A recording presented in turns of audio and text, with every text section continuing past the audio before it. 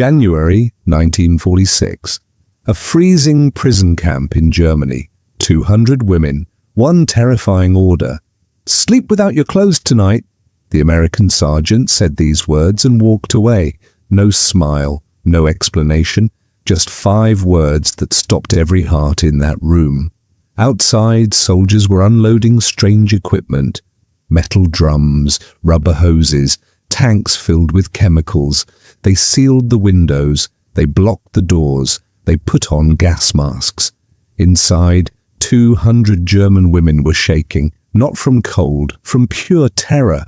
They knew what was coming. Their officers had warned them. American soldiers were monsters. They would drink alcohol, lose control, and do unspeakable things. Some women reached for hidden pills in their collars. Cyanide, a quick death, better than what they expected. But what happened next? Nobody could have predicted it.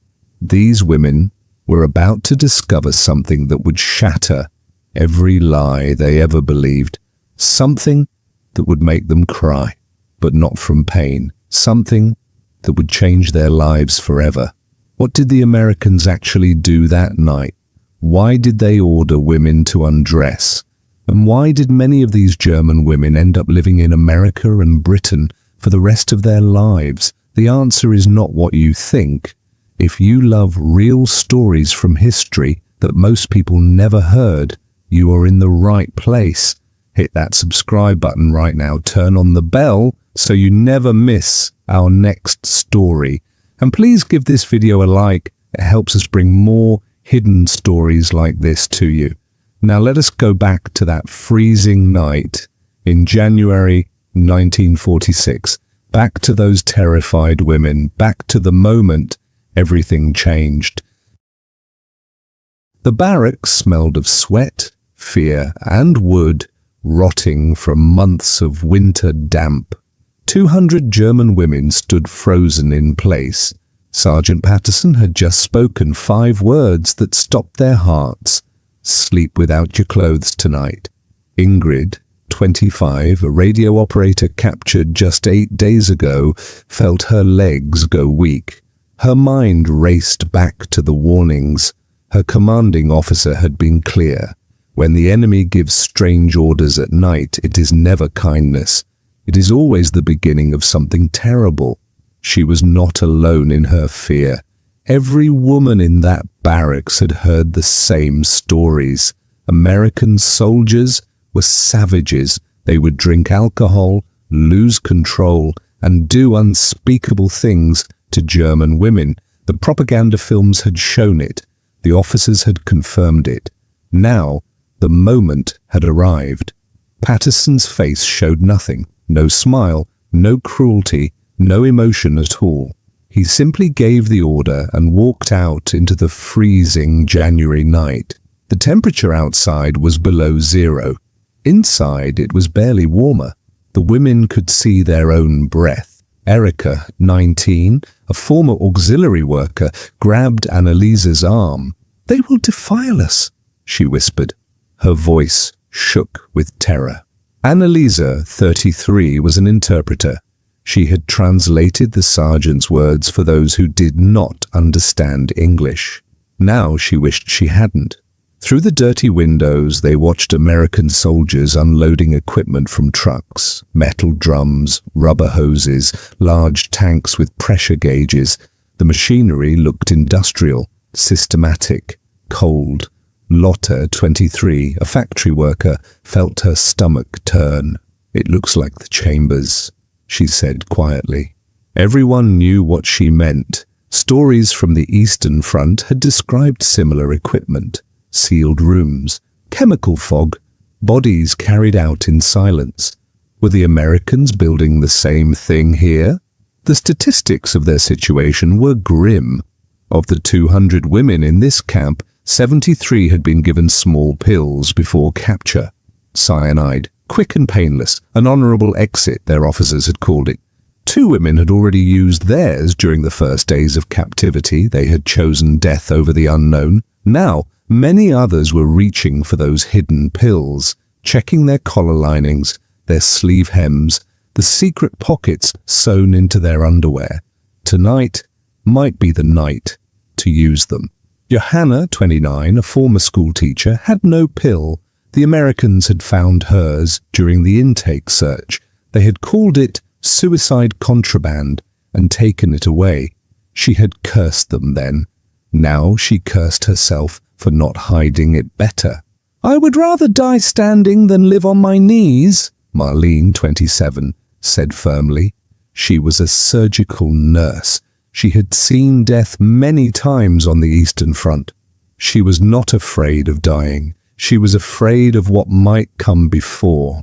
Some women began writing letters, final words to mothers, fathers, husbands, children, letters that might never be sent. Others prayed silently. A few simply stared at nothing, their minds already accepting the end. The American soldiers outside worked with quiet efficiency. They sealed the windows with rubber strips. They connected hoses to the metal tanks. They wore heavy gloves and carried equipment that hissed with pressure. Private Cooper, 24, from Ohio, checked the gauges on the main tank. He did not look at the barracks. He did not look at the women watching him through the glass. He simply did his job, step by step, preparing for something the women could not understand. "Why are they sealing us in?" Ingrid asked no one in particular. The answer seemed obvious. Sealed room, chemical tanks, hoses, pumping something inside. The pattern matched every horror story they had been told. The irony was cruel. These women had survived the war. They had survived the bombing, the hunger, the collapse of everything they knew. Now, in a camp run by the victors, they believed their final moments had come. But outside, the American soldiers were not preparing for murder. They were preparing for something else entirely. Something that would soon turn fear into confusion, and confusion into shame. The hissing grew louder. The hissing turned into a roar. Steam began pouring through the vents, thick, white, and hot. The barracks filled with fog within minutes. The women could barely see each other. Ingrid pressed herself against the wall. Her heart pounded so hard she could hear it in her ears. This was it. The gas. The end. She reached for the small pill hidden in her collar lining. Her fingers trembled as she touched it. But then something strange happened. The steam was warm, not burning, not choking, just warm. For the first time in weeks, Ingrid felt heat spreading through her frozen body. Her muscles, tight from constant cold, began to relax against her will. "It doesn't smell like poison," Marlene whispered. Her nurse's training was kicking in. She had treated gas attack victims on the Eastern Front. She knew what chemical weapons smelled like. This was different, sharp, acidic, almost medicinal. DDT. The word floated into her mind like a memory from a medical textbook. This was insecticide, not poison gas. The Americans were fumigating the barracks. Annalisa pressed her face against the moisture-covered window. What she saw made no sense. Outside, the American soldiers were stripping off their own uniforms, their heavy coats, their shirts, their pants. Everything was being thrown into the metal drums for the same treatment. "Why would they delouse themselves?" she asked out loud. The question hung in the steamy air. Private Cooper stood shivering in his undershirt. The January wind cut through him like knives, but he kept working, feeding clothes into the drums, checking the pressure gauges, making sure the system was running properly. His lips were turning blue from the cold. Sergeant Patterson supervised everything. He too had stripped down, a man of authority, standing half naked in freezing temperatures, destroying his own possessions to kill insects. This was not the behavior of rapists preparing for assault. Inside, Lotta began to understand. She looked down at her own uniform. She had worn it for 6 months straight, never washed, never changed. The fabric was stiff with dirt, sweat, and something else. Something alive. Then she saw them. Hundreds of them, falling from the wooden ceiling, dropping from the walls, crawling out of the seams of her clothes, dead, dying. The steam and chemicals were killing them by the thousands. The floor turned dark with tiny bodies. An entire empire of parasites was being destroyed before their eyes. "We were infested," Erica said, her voice hollow with shock. She had blamed the constant itching on nerves, the weakness on hunger, the fevers on cold. It was none of those things. It was lice, feeding on her blood, breeding in her clothes, slowly killing her. The medical reality was terrifying. Over 90% of the female prisoners were infested with body lice. These insects carried typhus bacteria. Typhus had a 20% mortality rate. The incubation period was 14 days. By the time the first symptoms appeared, an epidemic was already unstoppable. The Americans weren't attacking them. They were saving them from a plague they didn't even know they carried. Johanna scratched the red welts on her arms. She had thought they were from the cold. They were bite marks, hundreds of them, each one a potential death sentence. The steam temperature climbed to 35 degrees Celsius. Bodies that had forgotten warmth now remembered it. Fear struggled against physical relief. The women were still afraid, but they were also thawing. Their rigid muscles softened. Their chattering teeth stopped. Dr. Harrison, 42, an American medical officer, appeared at the sealed window. He held up large photographs for the women to see. Magnified images of lice, diagrams showing how typhus spread, charts showing mortality rates. He wanted them to understand this wasn't punishment, this wasn't cruelty. It was a desperate race against an invisible killer. Marlene translated the medical information for the others. 3 men died in the main camp yesterday. Dozens more are critical. Typhus is spreading. We were next. The 7-hour procedure continued. Steam, chemicals, heat. The barracks became a giant oven, cooking the parasites to death. The women who expected assault now stood in confused silence, watching their own clothing kill the things that had been slowly killing them. Outside, American soldiers froze. Inside, German prisoners survived. This wasn't propaganda, this was reality, and it was only the beginning. The dead insects covered the floor like black snow. Ingrid bent down and picked one up between her fingers. A body louse, tiny, flat, harmless in appearance, but she knew better. Her medical training had taught her what this creature could do. One louse carried enough typhus bacteria to kill a healthy soldier in 14 days. The barracks had contained millions of them. Every woman in that room had been a walking incubator for an epidemic. "How did we not know?" Erica asked, her voice cracking. She was scratching her arms so hard that blood appeared under her fingernails. The red welts covering her skin were not from cold or nerves. They were feeding sites. Hundreds of parasites had been drinking her blood every single night. The answer was simple and terrible. They did know, not the women, but their commanders. The German military medical corps had documented the lice problem for months. Reports were filed, warnings were issued, nothing was done. Annalisa had translated enough military documents to understand the bureaucracy of neglect. "Delousing requires resources," she said bitterly. Resources were needed for the fighting men. We were support personnel, expendable. The statistics told the full story. In the final year of the war, German forces lost more personnel to typhus than to Allied bullets on the Eastern Front. The disease spread through cramped barracks, crowded trains, and understaffed hospitals. Medical supplies went to combat units. Everyone else was left to suffer.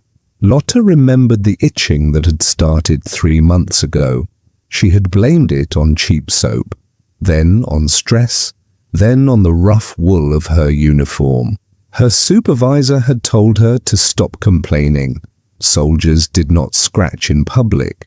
It showed weakness, so she scratched in private, at night, in the dark, while the lice fed and multiplied and prepared her body for disease. The German command had known about the infestation. They had simply chosen not to care.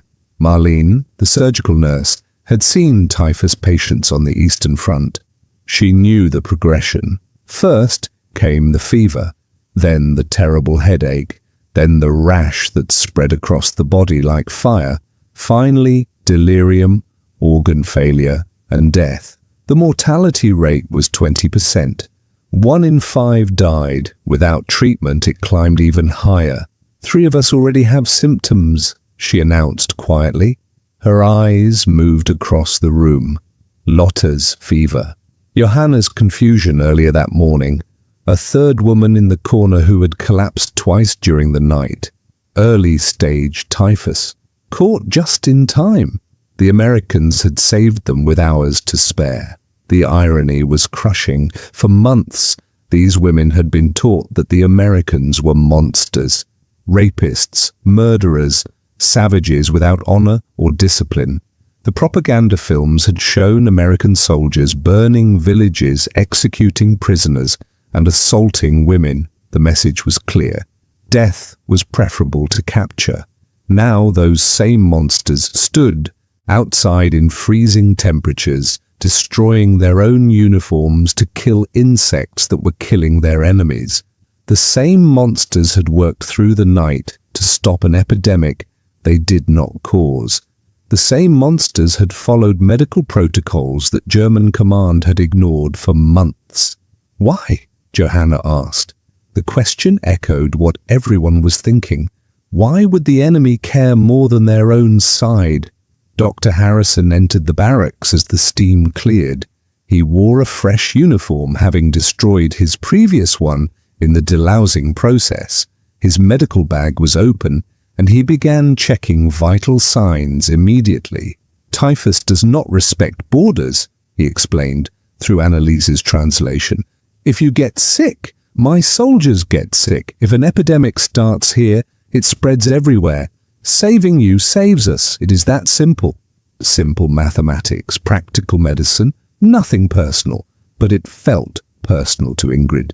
She watched the American doctor check Lotta's temperature with genuine concern.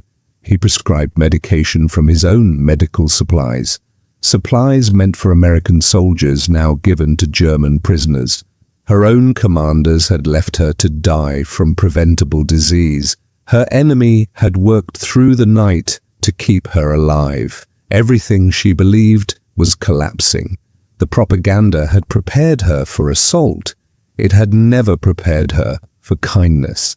Private Cooper appeared at the door. His face was pale from cold, but he carried a tray of steaming cups. Real coffee. The smell filled the barracks like a memory of peacetime. The worst is over, he said quietly. Now we rebuild your strength. Ingrid took a cup. Her hands were shaking, not from fear anymore, from something far more confusing. Gratitude. Morning light entered through the steam-cleaned windows. The barracks looked different, brighter, almost clean, but the greatest shock was waiting on each woman's cot. Fresh uniforms neatly folded, pressed and mended. Ingrid touched the fabric with trembling fingers. The cotton was soft. No lice, no bloodstains, no 6 months of dirt ground into every fiber. Someone had washed these clothes. Someone had repaired the torn seams. Someone had replaced missing buttons. Someone had spent hours caring for the clothing of their enemies. This is impossible, Erica whispered. She held up her uniform and found a small tear in the sleeve had been carefully stitched. The thread did not even match perfectly.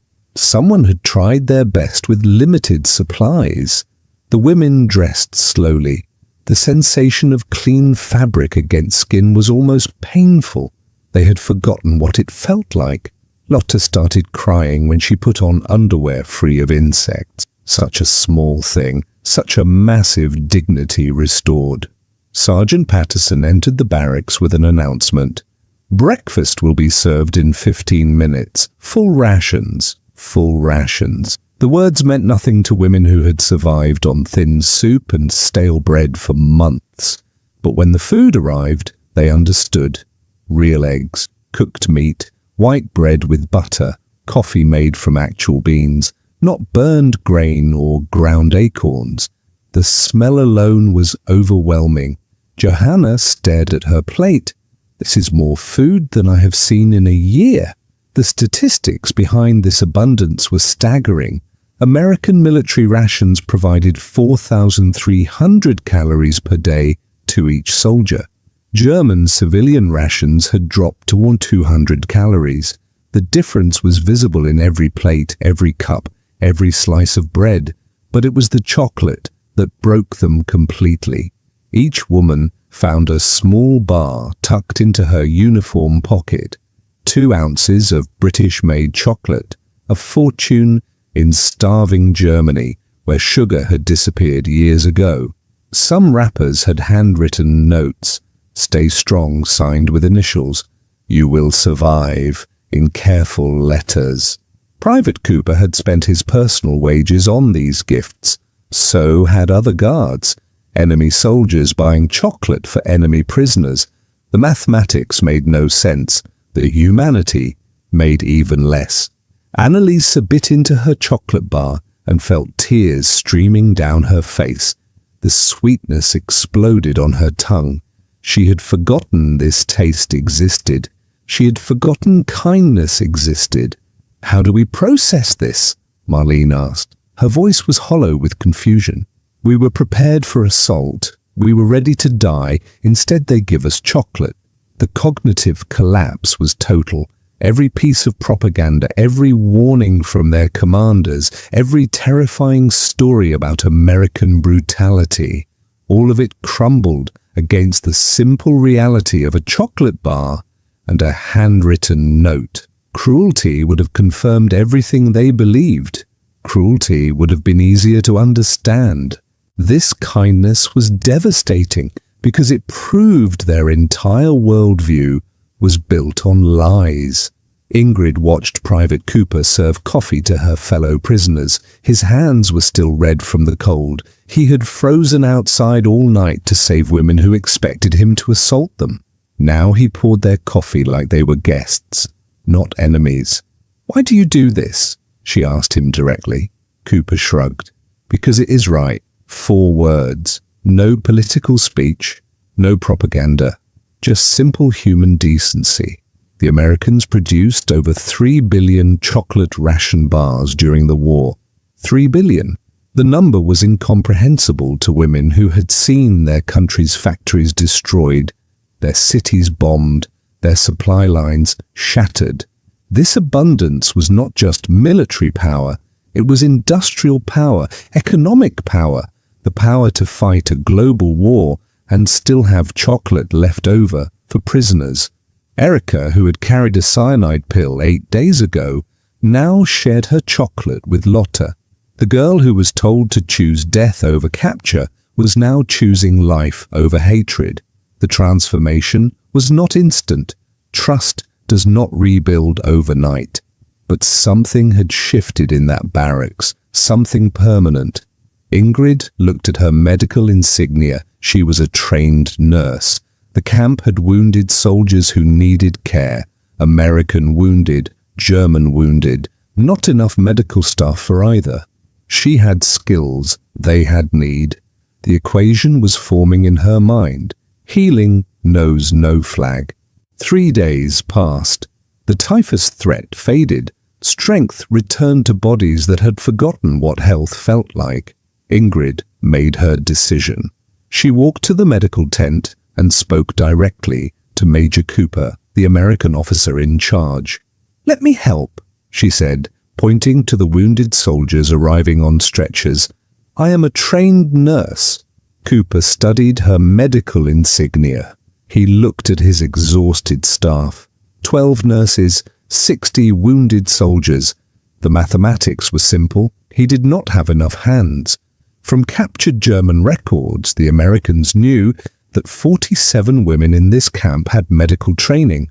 Surgical nurses, trauma specialists, field medics, skills desperately needed in tents, overflowing with bleeding men. "Can you work on American soldiers?" Cooper asked. Ingrid did not hesitate. "Blood is blood. Pain is pain. I took an oath to heal." Marlene volunteered immediately. 3 years on the Eastern Front had made her an expert in battlefield surgery. She had treated wounds that would make most doctors faint. Her hands were steady. Her knowledge was deep. Within 1 hour, 31 women raised their hands. They wanted to help. The debt of chocolate, the gift of survival, the humanity shown to them, all of it demanded repayment through service. Cooper hesitated. Regulations existed. Security concerns were real. Politics complicated everything. But wounded soldiers kept arriving. Young American boys bleeding on stretchers. German prisoners dying from infected wounds. Need overcame doubt. Within 1 week, all 47 medical women were working. They wore American uniforms over their own clothes. Red Cross armbands marked them as medical personnel. The contradiction was visible to everyone. German prisoners saving American lives. Ingrid's first patient was a 19-year-old American private from Ohio. Deep stomach wound, severe infection, the kind of injury she had treated hundreds of times. Her hands moved automatically, scalpel, forceps, sutures, muscle memory transcended nationality. The young soldier opened his eyes after surgery. He saw a German woman standing over him. Instead of fear, he whispered one word: "Thanks." Erica was too young for full nursing duties, but she could assist. She held instruments, comforted wounded men, and translated when German prisoners needed care. At 19, she had expected death. Now she was helping preserve life. The German nurses worked 16-hour shifts, unpaid beyond their rations, volunteers in every sense. They had something to prove to the Americans, to themselves, to the world watching. Then everything changed. A convoy arrived carrying 2,000 German officers captured in the final battles. Among them was a man named Vera, 38 years old, still wearing his insignia, still believing in final victory. Vera entered the medical tent and saw Ingrid treating an American soldier. His face twisted with rage. "Traitor!" he spat. The word cut through the tent like a knife. Every German woman froze. Every American guard tensed. Vera's authority, even as a prisoner, carried weight. Years of conditioning made his voice dangerous. Officers commanded, others obeyed. "After the war, we will settle accounts," Vera promised. His eyes moved across the faces of every woman working there. He was memorizing names, making lists, planning revenge. Colonel Mitchell, the American camp commander, stepped between Vera and the nurses immediately. "Geneva Convention," he stated firmly. "Male and female prisoners must be separated." Within minutes, Vera and all the 2,000 German officers were relocated to a different section. No officer was allowed near the hospital. The enforcement was absolute. The irony was sharp and bitter. American soldiers were protecting German women from German officers. The enemy was keeping them safe from their own military. Ingrid never stopped working during the confrontation. Her hands continued suturing. American blood stopped flowing. German skill healed. The oath she had taken existed before the war, before Vera, before Hitler. Hippocrates came first. Healing came first. Politics came last. Vera's threats echoed in every woman's mind. Someday the war would end. Someday they would return home. Lists would exist. Names would be remembered, but tonight wounds needed cleaning, lives needed saving. The future could wait, the present demanded healing. May 1945. The war ended, Germany surrendered, repatriation began.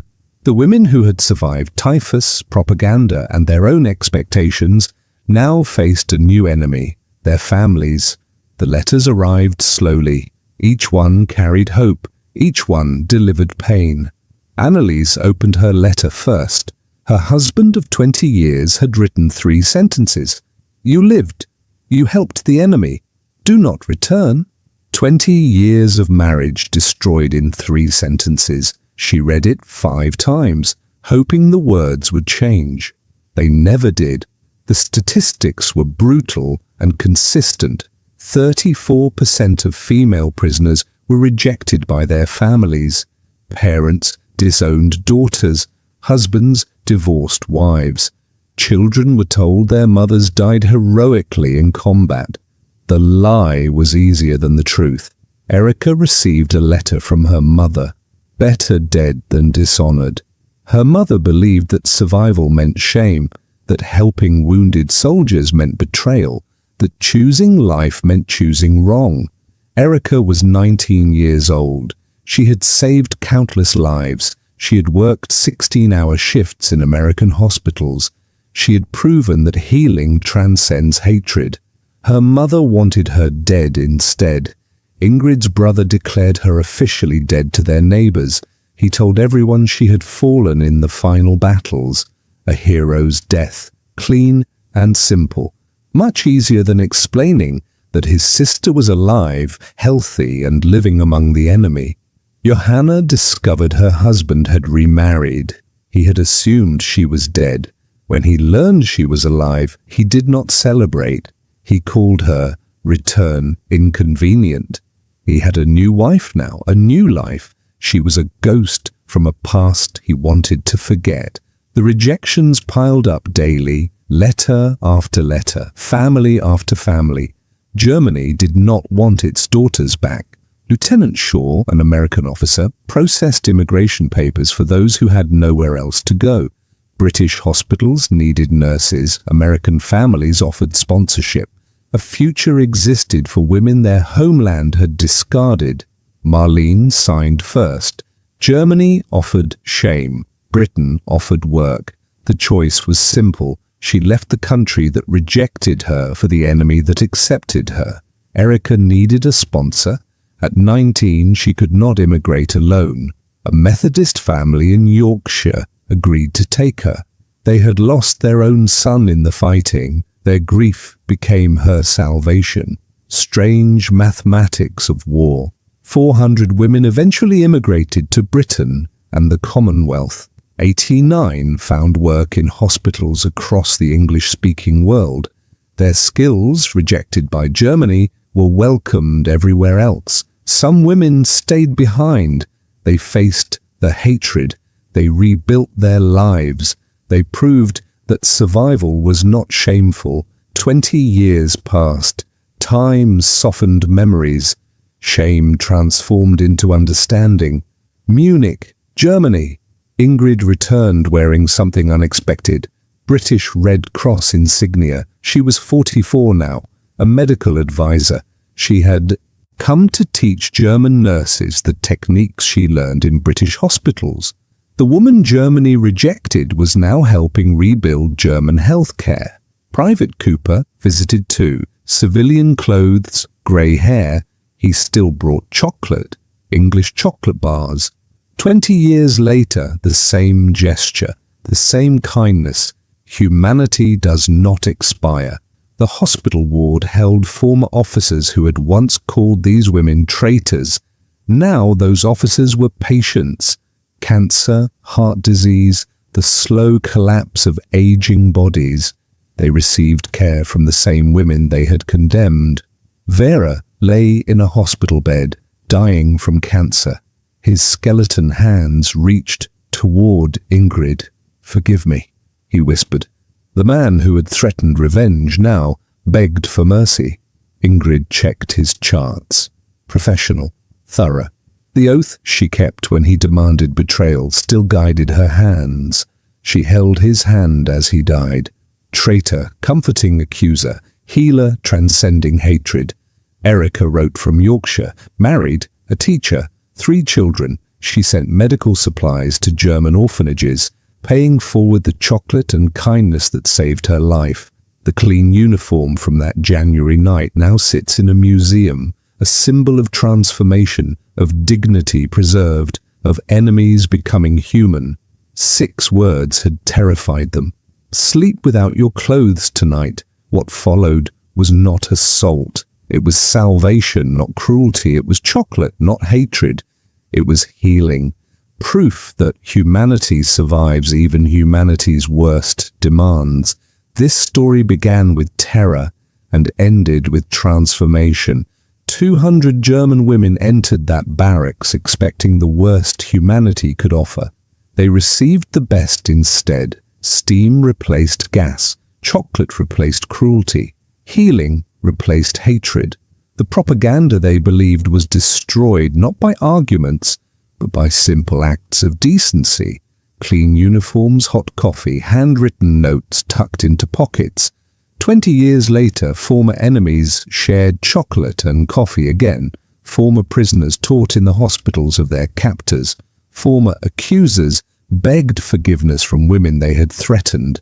The cycle of hatred was broken by the stubborn persistence of human kindness. Some truths transcend war. Blood is blood, pain is pain. Healing knows no flag. And sometimes the enemy you fear most becomes the friend who saves your life.